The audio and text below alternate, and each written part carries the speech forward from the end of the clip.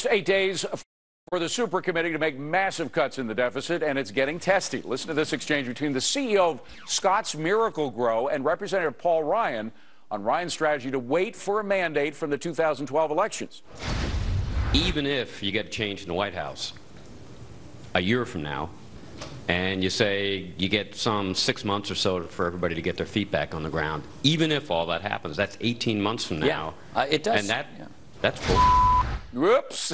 Well, you know what he was saying. Our next guests are also getting restless, and they're going to be pushing for big cuts in a press conference tomorrow. Representative Heath Shuler and Senator Saxby Chambliss join us now. First, gentlemen, Mr. Chambliss, first to you. What do you think of what you just heard?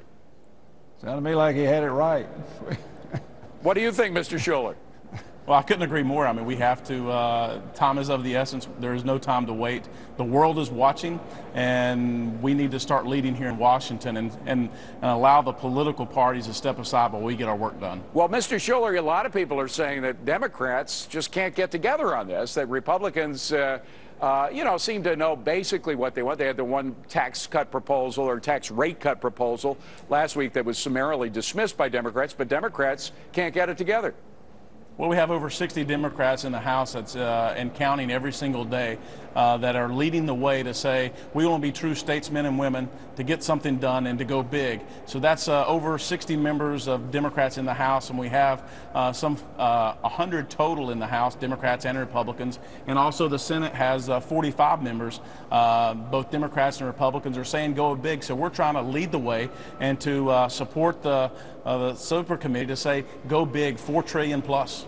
Now, Senator Chambliss, when we hear about going big, what I think of is significant tax reform that would lower tax rates, broaden the base, get rid of a lot of the special deals, which is exactly what Simpson Bowles was talking about, the president's own commission. Is that what you're looking at as well?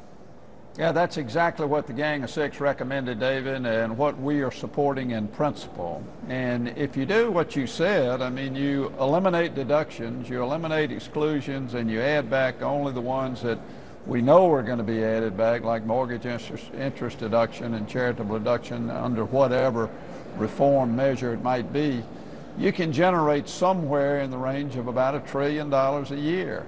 And when you add the economic growth that we will see from true and meaningful tax reform on the corporate side, David, we have the opportunity to truly go even bigger than that $4 trillion that Heath and I are promoting. Well, Congressman, if you and the senator agree, and if enough other Democrats and Republicans agree, can you override any objections that the White House might have against this idea? I don't think the White House will object if we go to $4 trillion plus. I think that the American people has obviously But they already have, Congressman. They already have. The president himself has already rejected proposals to lower tax rates and broaden the base. Well, I think if we get so many members of Congress who can support this, then the White House doesn't have any other choice but to support it. So you say yes, if enough Democrats and Republicans get together, they can overwhelm the president's objections.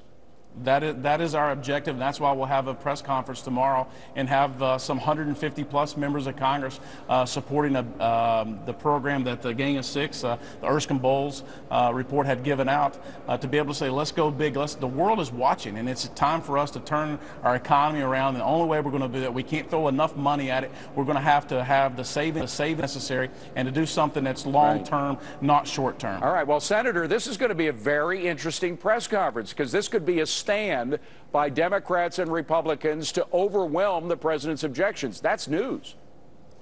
Well, what Bowles Simpson did and what the Gang of Six did, what Domenici Rivlin did, was to check our political hats at the door, David, and come in the room, sit down, and negotiate for what's in the best interest of our country and what's in the best interest of our children and grandchildren. Look, if we don't solve this issue within this window of opportunity that we have right now, then what we're doing to our children and grandchildren is just unfathomable, and we're going to be the first generation of Americans to leave this country in worse shape than the country which we inherited.